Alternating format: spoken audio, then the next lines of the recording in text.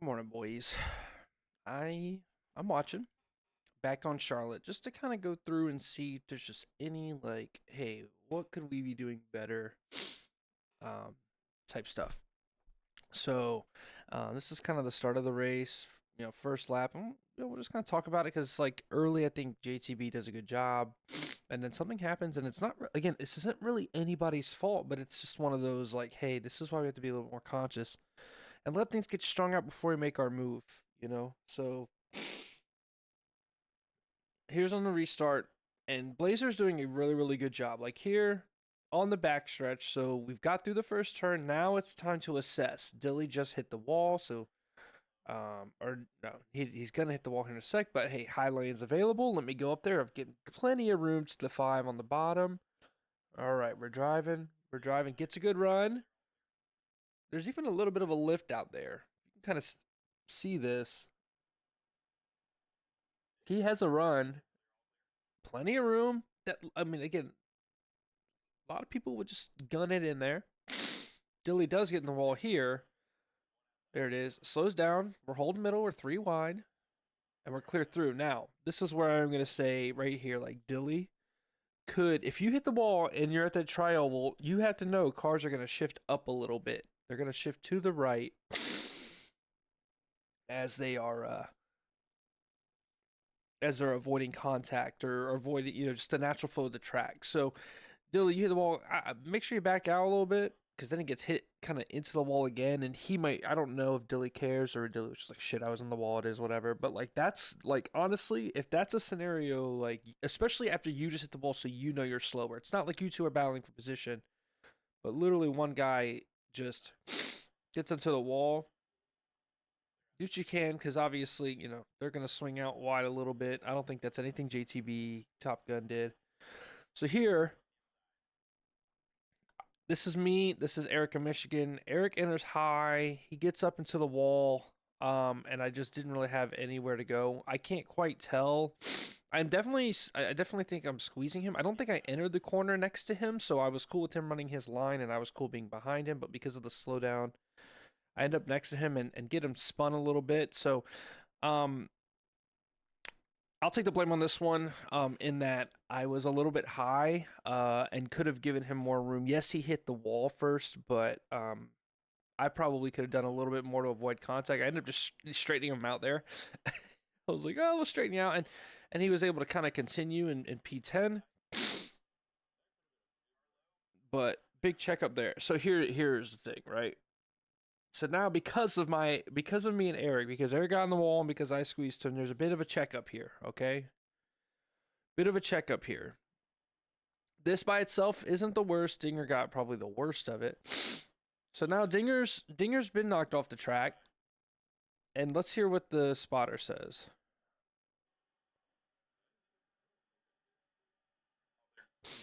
So inside, the five's inside. Clear low, Carlo, one high. That's this drive. Clear high, and you'll see here the 8 gets a run because of all the checking up, right? So you have the 8, the 0, and the 97. That's what you could see. But who else is in the track? Do we remember? The 5 car, right? And Dinger Magic. So even though from an information sake here, the 97 only has a call for inside, which was the 5 that he never got told clear inside or clear. He sees the 97 and he has the 8. And the 8 here, it appears, tries to fit into the gap.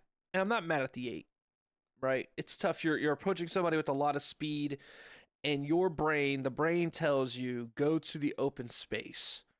Unfortunately, that simply is not enough room, right?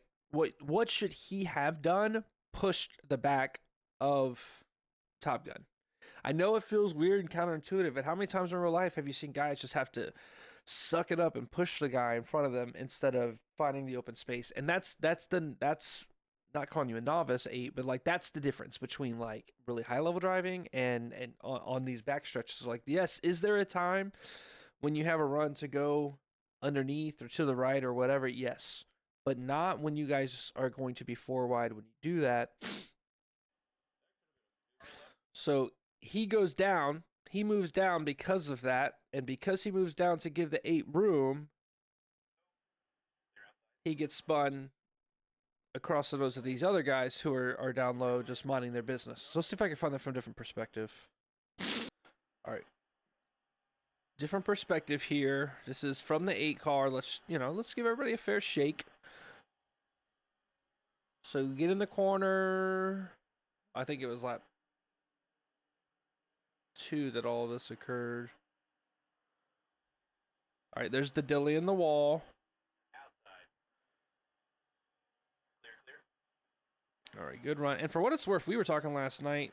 We generally think the 8 car is a pretty clean driver. There's the scenario where in the wall slows down, I catch him, and it just hooks him a smidge, straighten him out. So after this checkup here, again, what's my decision here? What's my decision? And again, all we have is what was the view of the mirror view. So what this is going to determine what happened. But what am I looking for in this scenario, and what could a driver do? Well, one driver might try to take this gap, not good, right? One driver might want to take that gap, not good. The smart play here is to just push JTB. I don't think it's that egregious. It does look like maybe JTB moves down right as maybe he is. I'm going to give the 8 the benefit of the doubt here. And I'm going to say the 8's idea, because he's squared up in the lane. He's going. He does kind of drift right. But at that same time, JT, this would have been the push. That's tough. That's tough. I'm going to say that this is a racing incident. This isn't. I don't think that this is the 8 shooting the gap, forcing JTB down. I think this might just be maybe JTB isn't. Let's look before. Maybe he's like. So we see his left side tires are kind of on the line, and he does kind of move.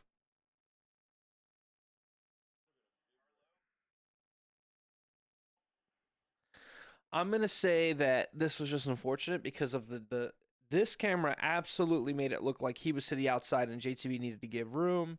That wasn't the case on the 8 car side. But these are, this is why we investigate and look, and then we learn, right? Like, this is chaos. This is chaos. If you're looking at this in chaos, right, you should not be thinking, "Ooh, I'm about to get in here past all these guys." You should be thinking, "Okay, let's cool it off, fellas." I don't think that this was the 8 car's fault. He keeps his lane. It looks like he would have been committed to pushing. And it just see Dilly, even right there, Dilly is like, "Hey, let's go." That's NASCAR, right? That's what we do. You can beat and bang on the back bumper of people. All right, let's move on. All right, this is on the ensuing restart here. We're on board with Dilly too, and let's watch this and then look at all the perspectives we can. All right, we're going green. We're getting up to speed. We got, for reference, new guy, America, Michigan, JJ Franken, frontman Finn, nice Dilly in the back of APW, and then this is C Place behind them. And I don't know who the outside of Dilly is. So we have a scenario 13's a little bit slower on pace, and he's a little bit on the high lane, and I'm kind of in the middle. I have a decision to make, right? I could gun it up through one, or maybe even somewhat cut down, but we don't allow that here. So we're just gonna let 13 get back up to speed. Again, you can see there he got way up. That's all right. We're just gonna hold. Everybody's kind of holding here. There is, and this is the tough part about this cam, because I'm not entirely convinced that Playsick is like gunning to get underneath him here. Because you see, even he kind of lifts out in the turn. So Playsick racing nice and clean. Okay, we finished the first turn. Again, the 13's new here, and that is kind of causing a bit of a stack up here. And this is what can get dangerous when these stack ups occur. One, the 48 kind of gets into the 72. We're not to butt here. again, and all I'm trying, and I'm not mad at Mad Cheeks for this one, and I'll watch from his perspective, but I'm trying to give the 13 as much room as I can, and kind of in the process not slow us up, but like I'm not trying to run all over him. It's the first turn. This is dangerous from the 48. Assuming that there's nobody to the right here, this is pretty dangerous because now this is a decision where you're in the middle, taking it middle 3 wide off the restart. If you come up to the right at all, you cause some issues. I don't know if Dilly gives us the right, but it looks like you back out of it, and now we're cherry. I know I get a little squiggly here because of the bump, but we figure it out. We get stacked. Stats an aggressive move, and there's initial contact, right? 48 here. You know, we just need to get up to speed, right? We're like in the tens. I get that, you know, we're fighting for position here, but there's got to be some checkup. I'm trying to give a new guy some space, getting a little squirrely, and then when you get so wrapped up in the move, you forget to brake for turn 3, and boom, we're just immediately tied up into the wall. You know what I mean? And then we're driving through. We're driving through. Let's see what happens here to the Erica, Michigan. See if there's another. Yep. Michigan gets extremely. No, that's the 13, I think. Still. 13 gets tight. I'm getting squeezed. It looks like there was just a jumble wreck up here. I'll try to find somebody's perspective. Solomon was in that. Let's go take a look at that after I want to take a look at Mad Cheeks here. Gonna take a quick step away from that wreck to talk about like what I'm seeing here on the second restart. I had clicked a little bit. That other one was like closer to the end of the stage. But let's see. We're in the back of the field. I'm watching this like raw. Like it's just what's going on in the back of the field early in these starts, right? So we go live. Let's see. And it's just aggression, right? So we're up in the hot lap, Jimmy. We're Pulpetta lifts out here like that. Gamer tag lifts out of being 3 wide.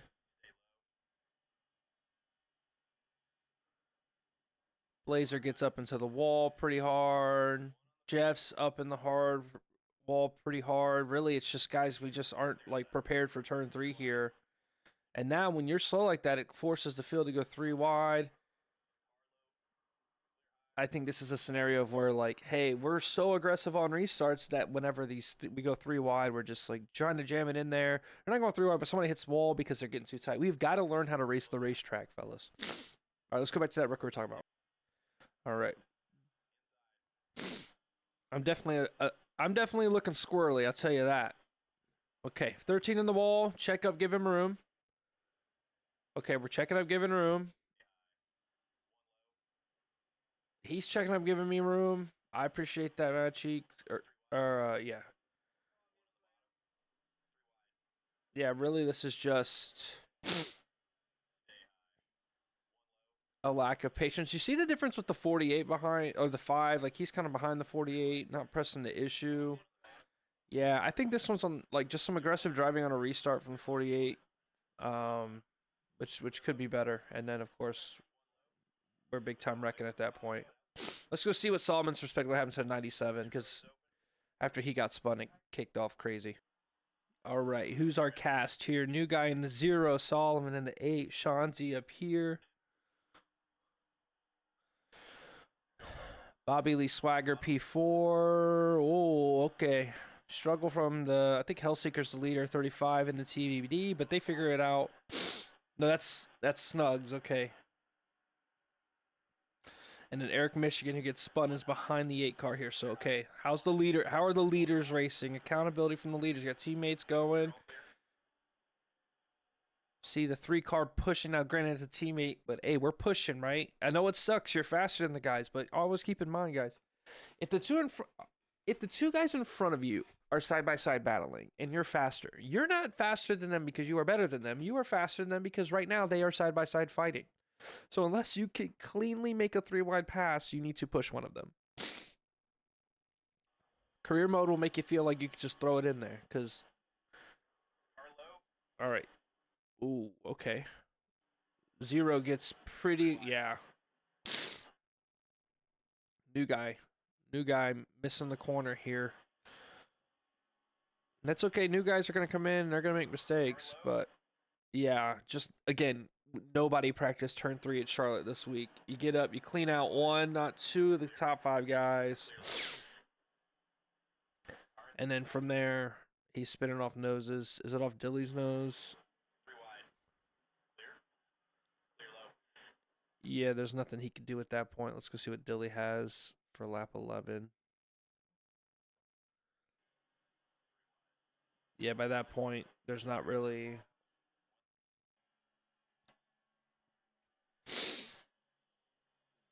So 48 gets into the corner way too tight. The 0 gets into the corner way too tight.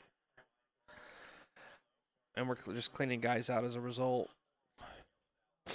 Pretty rough. I'm watching back on the restarts from Death's perspective. This looks like synchronized shitting instead of synchronized swimming. Watch like 2 cars just do the same exact thing on corner exit.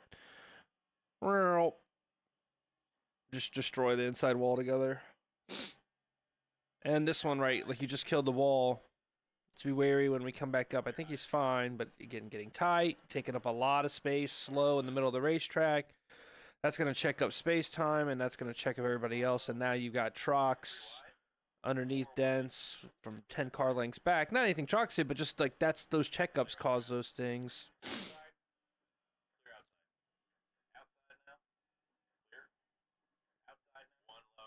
Teammate here, my teammates. Let's see how they're battling for the lead.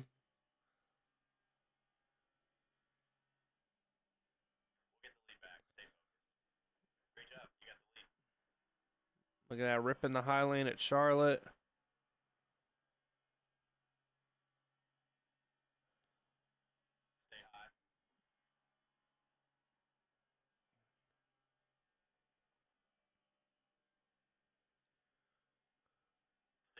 Uh-oh. I'm not sure.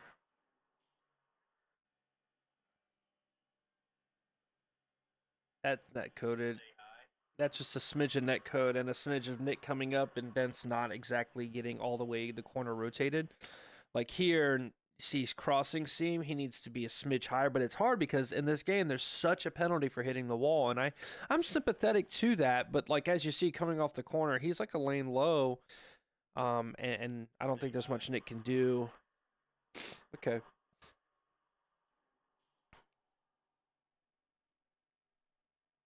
See how some of this mid-pack racing is from Solomon POV. Harbor 2-ish.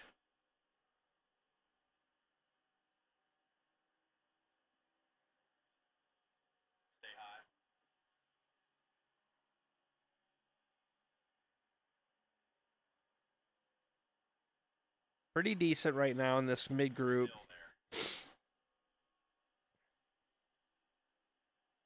There's the dense spin.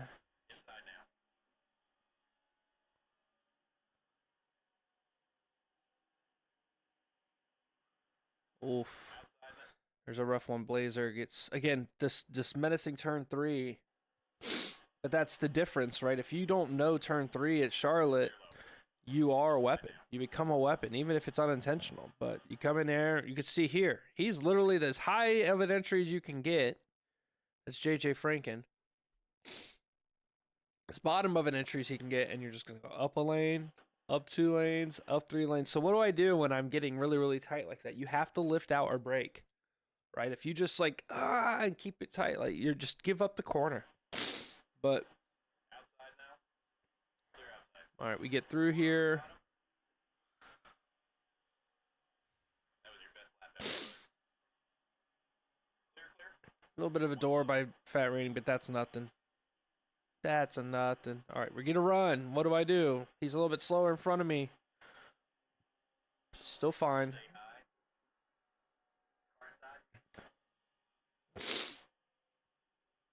This is good racing from this group of about 4 or 5 right here. 4 of them. Blazer has a better turn 3. A lot easier to take it when it's not that pressure. You see the difference when Blazer can take turn 3 when he's not thinking about a car behind him and miss the corner. But now he's, you know, he was fine there. Uh-oh, what the hell? All right, hold on. What in the hell? I missed that completely. Is there anybody up there whose camera is on?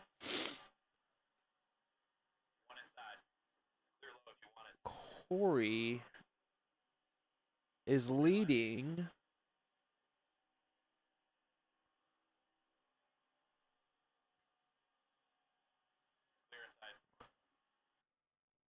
Does he go through? No, that's not him through the grass.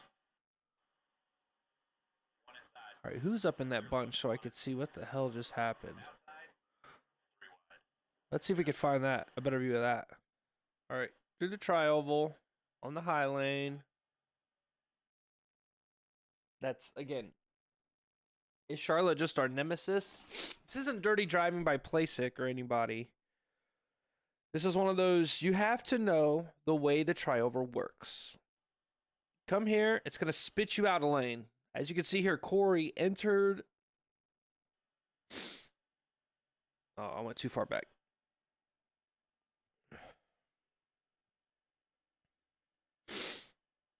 Corey's coming around.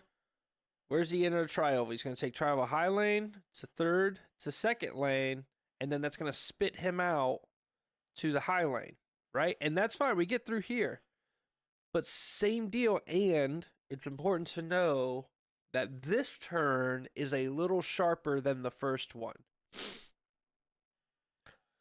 And as he's doing this, I just think at the time that Playsick is getting spit to the right, Corey is not moving to the right, and that initiates the contact. I don't think Corey has any. I don't think there's really anything Corey could have done right here to change that. I think this is a racing incident, but this is like the little things to constantly be mindful of at a track like Charlotte, because it goes from what could have been a pretty solid start to stage 2 to the leader getting thrown down and then thrown back up the track, and we have a massive pile up here. No bueno. I'm not gonna go through the Texas race. I got other shit to do. We'll figure something out. But this is what I'm looking at.